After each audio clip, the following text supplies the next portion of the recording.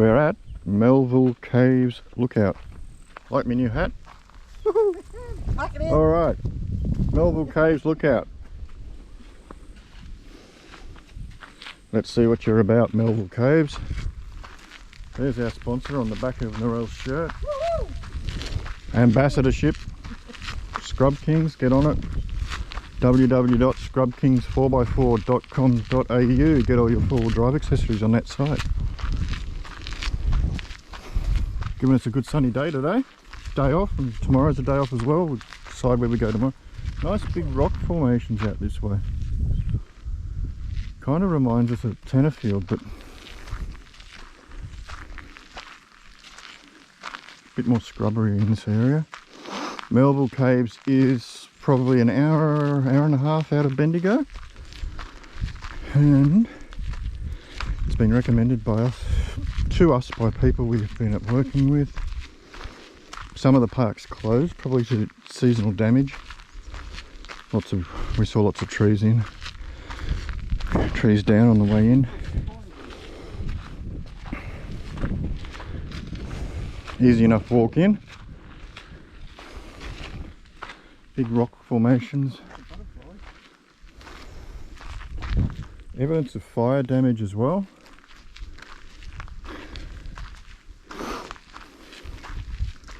Easy drive in. The signposting's a bit woeful, but if you've got a GPS you'll find it. Not much signposting out here for the actual campground come lookout, but there is a campground over in that direction. And I think it's national parks, Victorian Park, national parks, but there's no payment to come in. Massive big rock formations in here.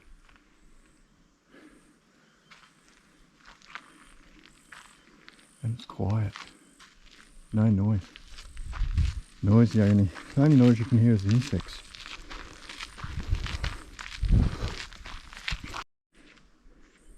So you come up that track, just through those trees around there is the car park. And it brings you to a lookout like this. And this is the first proper lookout we've seen in Victoria.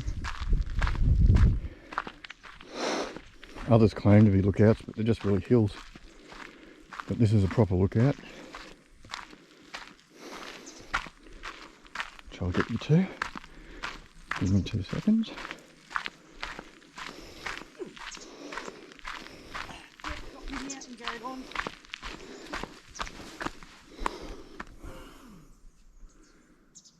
Not too bad a view. You coming? What's it like? Nice. You coming up?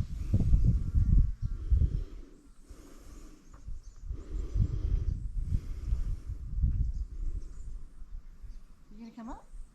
In a short while. Just getting some video.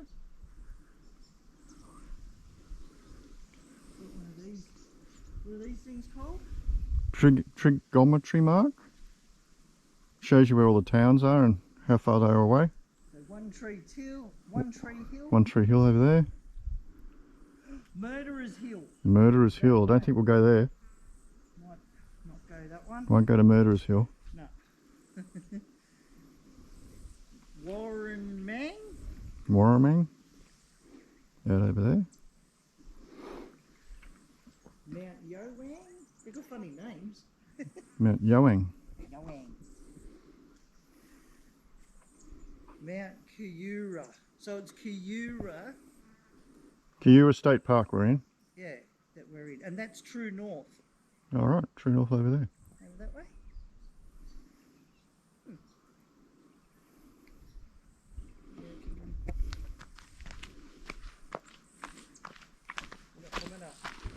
There's a bit more of a track here, but we're not sure where it goes because someone's pinched the sign.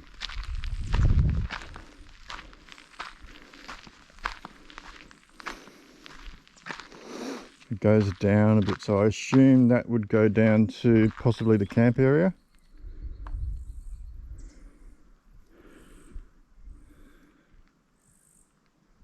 But that's one of the lookouts up here at Melville Caves. The actual caves themselves are closed, which is a bit of a bummer.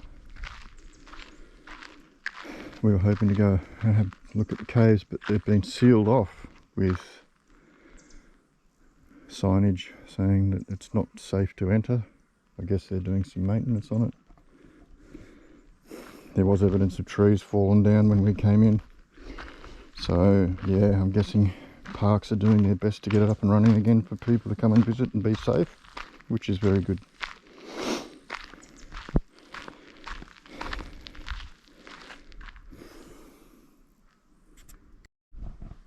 This is the top of the lookout, which is basically just a big rock, but yeah, I can see right off in the distance there a fire. Smoke rising. If I was still in the fire brigade, or the what we call in New South Wales the rural fire brigade, I'd jump on my radio and say smoke rising, which gets them out. That's, can you see it? Those were a couple of years ago. That's, yeah, 20 years ago now. Oh, that sun is beautiful. But yeah, top of Melville Caves lookout.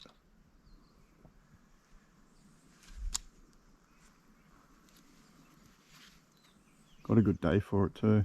There's not a cloud. Oh, distance wise there's clouds, but you know, they're 10, 20 k's away. Perfect temperature. Perfect weather. It's 20 degrees. Lovely. Comfortable, no breeze. It's just No noise. and no noise. Noise of birds and insects. It's great. Yeah, so Melville Caves. I'm not sure how you book to stay in their area. I'm guessing you book it online. At this stage, like I keep saying, there's a fair bit of the park closed due to probably washed out tracks, etc., and trees down. They are working on the caves, Melville Caves itself. As I mentioned earlier, they've sealed that up and they've put keep out signs. So I'm assuming parks are doing their best to get that up and running again, which is great for them to do that. People can come out and enjoy it. But yeah, this is what we get to take in. It's beautiful. There's more lookouts up here, I think. This is one of, I think there's another 2, maybe 3 lookouts up here. But the track forks there, and I think it goes down there, but it takes you to the cave entrance, but it's closed, so we might backtrack back to the car and have a look on the GPS and see where another lookout is. But there's apparently 2 or 3 in the park, but this is the first of them. We'll have to get out the GPS and look and see if there's more lookouts up this way. But what we've seen so far is just absolutely spectacular. Look at that. Great view. Just the rock formation. And the rock formations are just, yeah, they're just like big marbles just thrown on the ground. Alright, let's see what else we can find up at Melville Caves National Park. Decided to keep going on this track. It hasn't got a signpost on it, but whilst we're here we may as well have a look, eh? I like exploring. Someone likes exploring. Story.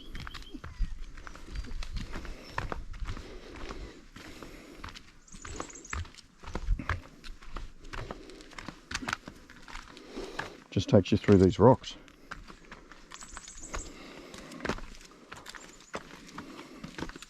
Part of the adventure.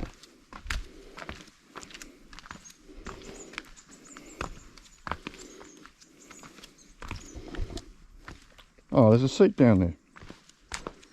There you go. Takes you to a cliff rock. Cliff face. Might be a different look. This might be one of the second lookouts that we've seen. Oh, there you go. Who needs GPS? Who needs GPS? Just take an inquisitive wife. That's it.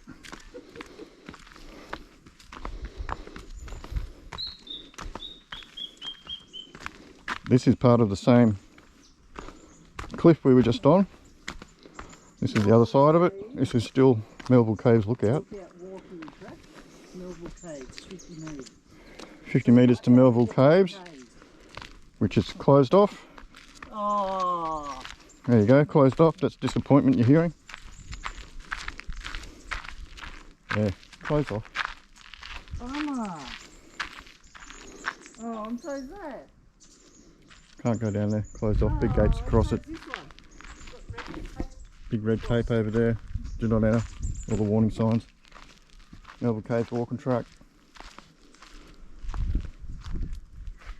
And as you've just heard, the sigh of disappointment. It's all closed. Red tape over there. Do not enter. Blah blah blah. And same over in that corner. So this is the top of Melville Caves. I assume down under us is the caves, because we're seeing gates and signage and such. But there's another aspect to that lookout. It's just specky. Just a spectacular lookout. Oh, look at that. That's awesome. House right across there on the hill. But there, look at that. Awesome. Awesome, awesome.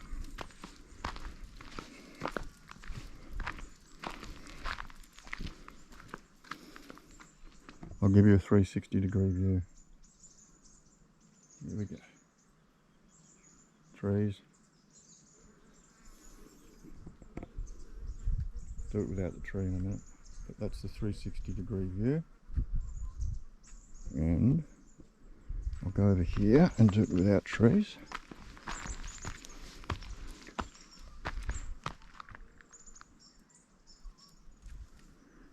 Like I pointed out earlier, fire there. Where there's smoke, there's fire. Like I said in my olden days, if I was look out, I'd get on the little radio and I'd say, smoke rising, and that's the call out. But that's 20 years ago now. Anyhow, we're at the lookout and it's just spectacular. Absolutely beautiful. You got about a 30k look, or 30k range of sight straight down. Just awesome.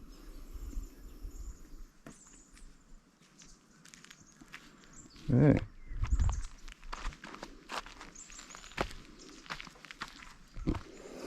That's the continuation of the track.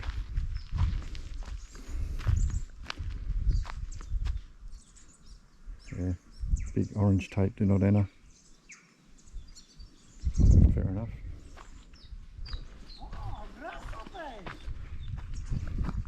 This is the entrance to the caves, but they're closed. They're fenced off as well, like we're saying. There's a lot of maintenance going on in the park. But yeah. Melville Caves lookout and walking track. And the cave's only 50 metres, so we think maybe it just goes down and you just go into the cave and the cave's actually underneath us. But having not been here before, I can only surmise that at the moment. But it's still spectacular to be here. Like this. No, doing some filming. We're got the best of days here. No wind, not a breath of wind. Oh, slight breeze. Just come through there, and it's, you know, bang on 20 degrees, perfect day out. Can imagine this would be stinking hot in the summer. If you got one of those 40-degree days, you'd be feeling every degree of it. But as today, yeah, comfortable autumn day.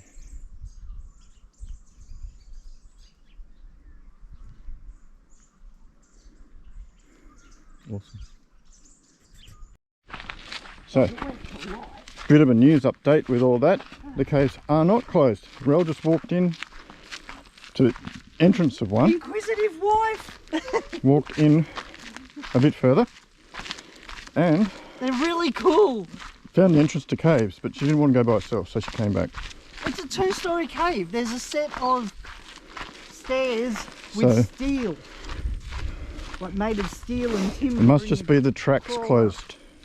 Well, it's only like 50 metres from where you were standing. Yeah, so it must be the track closed. The caves aren't closed, but as we were driving in on the roadway down below the lookout, there was a road closed to the cave. So, we're assuming it's just the road into the caves are closed. But yeah, if you're up this way, definitely do the caves. It's cool. There you go. I would have liked to have gone further. Official. I'm a inquisitive, I'm not a daredevil. That's an official rating. 5-star caves. Definitely do it if you're up this way. It's cool. That's gold for 5 gold stars for it. So yeah, update up that. You can walk into it, but I'm thinking you can't drive in because the road closed. Like it's narrow. Narrow in. But when you get in there, it's open. There you go. You can see daylight, but when you start going up the stairs, it is quite dark. So now we're at the Welcome Stranger. Gold diggers rush to Mount Melville. Biggest gold nugget found in Australia. In the world? In the world, sorry. Reckoned? Biggest found gold nugget in the world. It was found here. It was called the Welcome Stranger. The last of the miners died of starvation in 1894. There you go. 1894.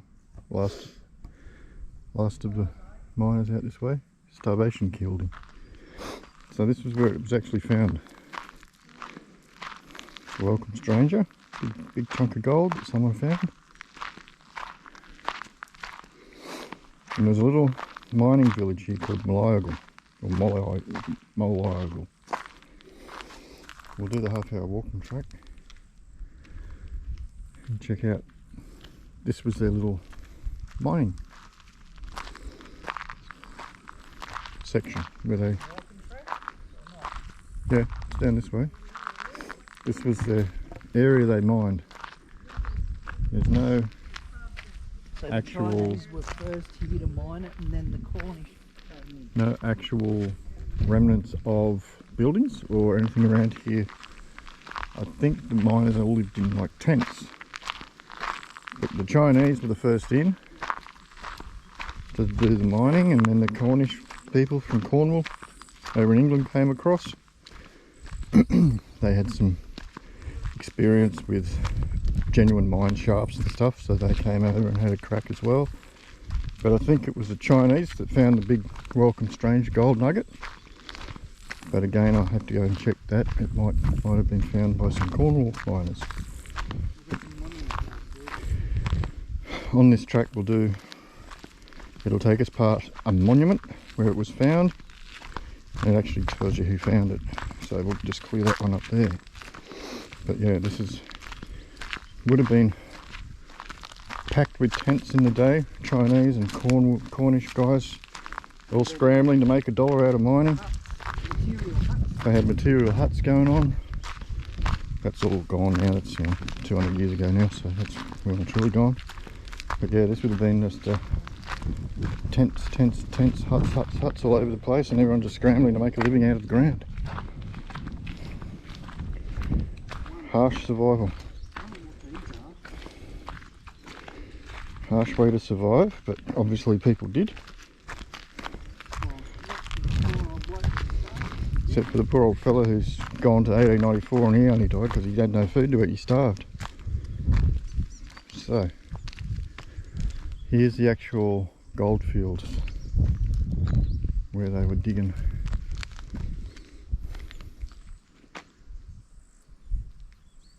Looks like a moonscape really, doesn't it? But yeah, they were digging away at it, hopefully to find their wealth. Well, someone did. Someone got the Welcome Stranger, and that was it. Game over. But there are others around, and they were trying to scratch a living out of this, and some made it, some didn't. It's a matter of luck, isn't it? Another little picnic table over there, in case you want to come out for a picnic. But yeah, this is it. This is the Welcome Stranger goldfields, and this is dead set in the middle of. Where you're walking, because there's still mine shafts. Dead set middle of Victoria. We are at. We showed you the geological centre in another video. Track, David. We stay on the walking track. Righto. Just been told. Still mine shafts here. We showed you the geological centre of Victoria in another video. There's an arrow pointing that way. But this is what they call Central Goldfields, Victoria.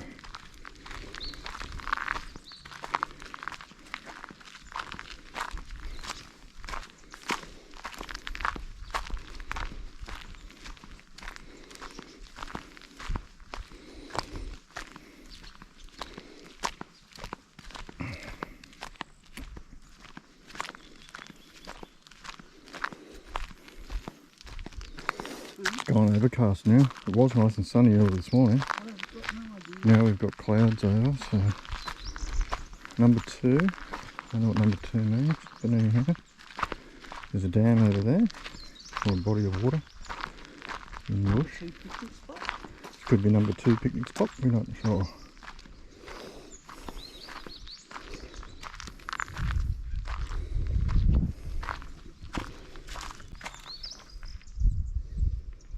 Somebody's been mining. Somebody had a crack at mining and didn't go very well.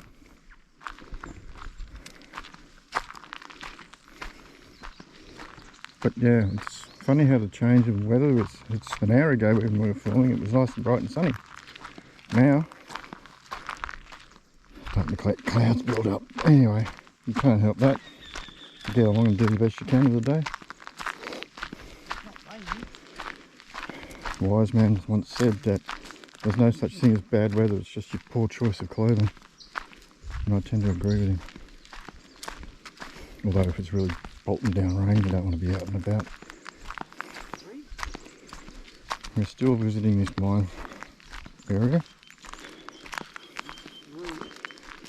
Welcome stranger mining area. It's quite a big area really. We've got a house site. Hey?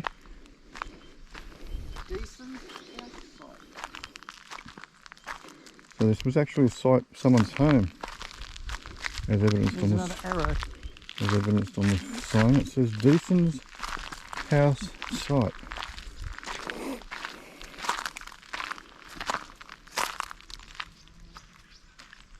We can only assume that the Deasons had a house here, and this is where it was. So we're still plodding through. There's a dam through there, which I assume would have been water sourced for their miners and their families. Because it's essential to have water, it's part of life to keep you living, hydrated and all that sort of good stuff. But yeah, there's a pretty, doesn't look drinkable, it's brown, dark, yuck, don't touch it. Might have been fresh at one stage, but it's got all sorts of garbage in it now.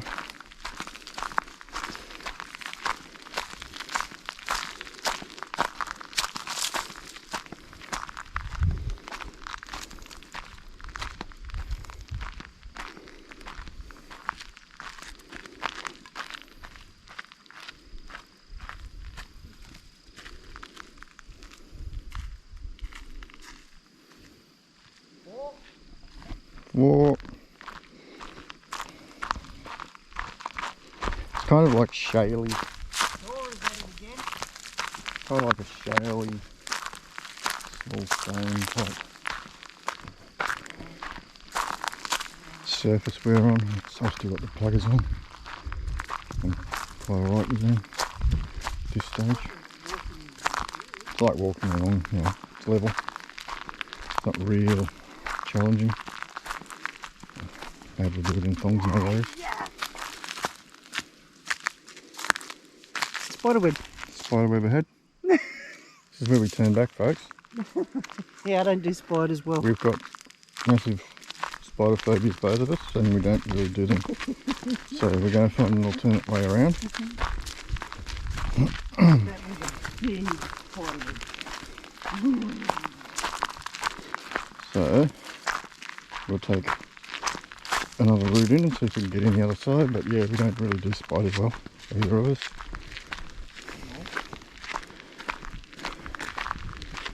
What have we got up here? Not a great deal.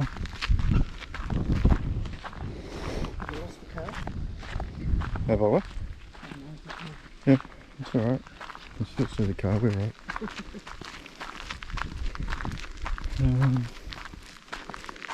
So yeah, we get about alright. I don't know where this is going. This looks like a road out, so we'll go back to the car and go on the goldfields itself. Let's see what that's about.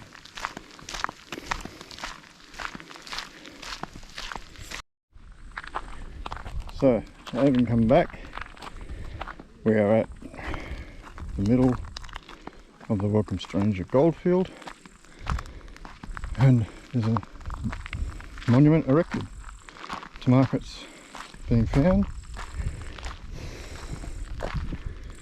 On this spot, the largest nugget of gold found in the world was discovered on the 5th of February 1869.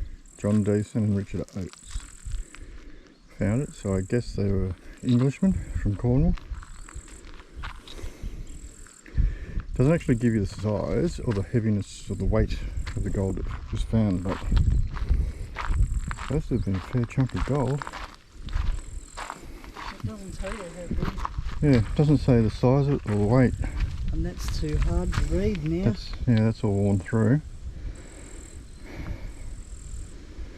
Yeah, it doesn't give you the actual weight or the size. It's a bit unusual. Usually people mark it as size and weight, but yeah, that one's not. So yeah, Welcome Stranger Goldfields. It goes forever, you know, it just spreads out through the bush here, but this was the site where the famous Welcome Stranger was found. Pretty cool.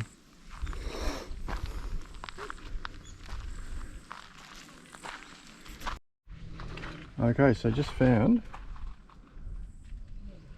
that gold nugget was 1.1 kilogram or 36 ounces. Which is what the Welcome Stranger was, because I'm still reading it.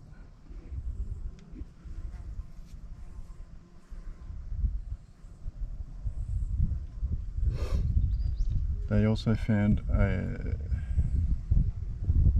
nugget in the fire. The gold expanded and the quartz became brittle and loose. When the nugget cooled, 26 kilograms of quartz was prized off it and later crushed, which is pretty good. On the morning of Friday the 5th of February 1869, Deason was breaking up the soil on the claim when he hit what seemed to be a stone.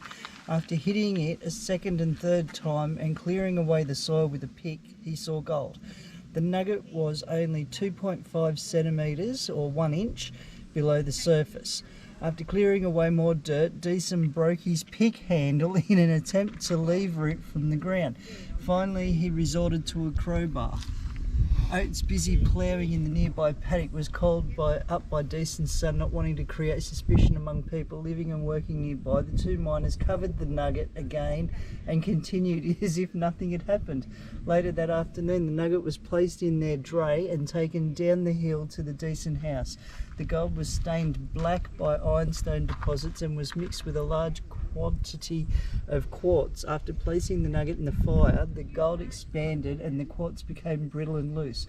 When the nugget was cooled, 26 kilos of quartz was prized off and later crushed in a local battery belonging to Mr. Edward Endy.